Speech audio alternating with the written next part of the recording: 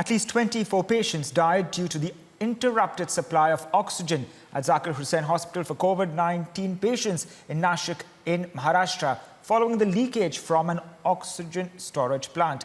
An FIR has been registered in this regard. At around 12:30 p.m., a 13 kiloliter oxygen tank at Zakir Hussain Hospital in Nashik leaked. While the authorities rushed to control the situation in the compound, inside the hospital there was a battle to save lives. 24 lives were lost as the oxygen supply was cut off for over an hour. हमने देखा बाहर blast हुआ है, oxygen का blast हुआ है, बाहर देखा हमने।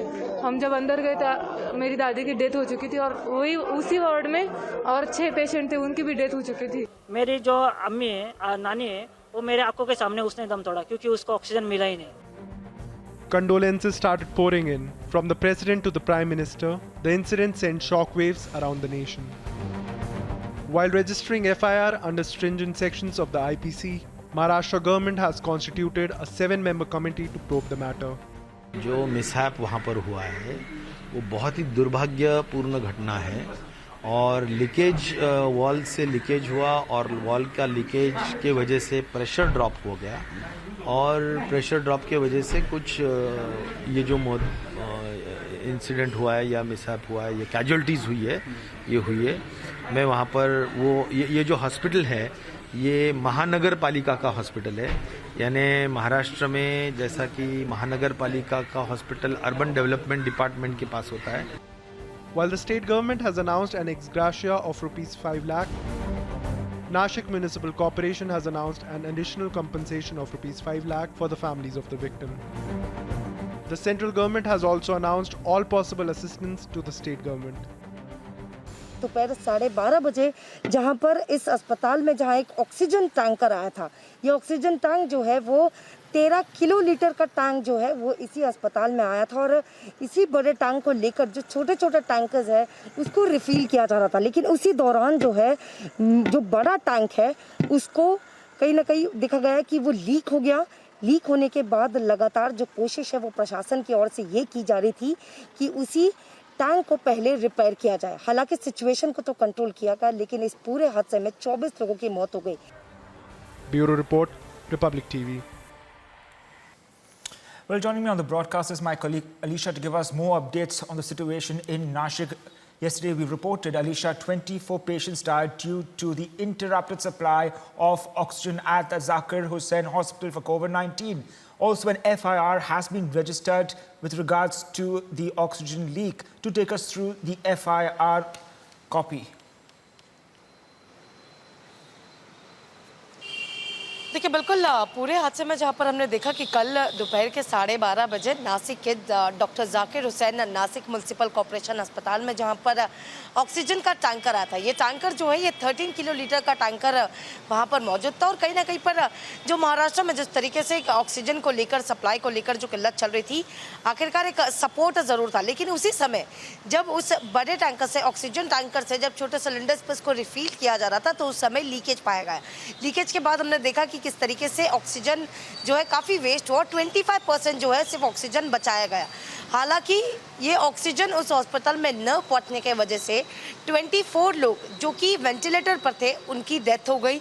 इस पूरे मामले को लेकर खुद महाराष्ट्र के मुख्यमंत्री उद्धव ठाकरे ने जो स्टेटमेंट रिलीज़ किया है उसमें साफ तौर पर कहा गया था कि सभी को ऑर्डर दिए गए कि इस पर हाई लेवल की इंक्वायरी जो है वो की जाए, जिसके बाद मुंबई पुलिस के ओर से इस पर FIR दर्ज की गई है। हालांकि इस पर किसी का नाम नहीं मेंशन किया गया है क्योंकि जो इन्वेस्टिगेशन की जाएगी, इन्वेस्टिगेशन के बाद ही इस पर नाम ऐड किया जाएगा। लेकिन स्ट्रिंगेड एक्शन के तहत FIR दर्ज की गई है, जिसमें सेक्शन 1304 ऑफ द IPC के तहत यह FIR दर्ज किया गया है। और खुद जहां तक जानकारी नासिक के एडमिनिस्ट्रेशन की ओर से दी जा रही है कि लगातार अब देखा जाएगा कि इस पर किसकी नेग्लिजेंस की वजह से इन लोगों की डेथ हो गई, क्योंकि हमने देखा कि लोग जो कि वेंटिलेटर में थे और डॉक्टर जाकिर हुसैन हॉस्पिटल जो कि कम्प्लीटली कोविड पेशेंट्स के लिए डेडिकेटेड हॉस्पिटल है और वहाँ पर न कि सिर्फ सस्पेक्ट है तो फिर सिम्टम्स पेशेंट हो, बट जो पेशेंट सबसे ज़्यादा सीरियस हो, यानी जो वेंटिलेटर के स्टेज पर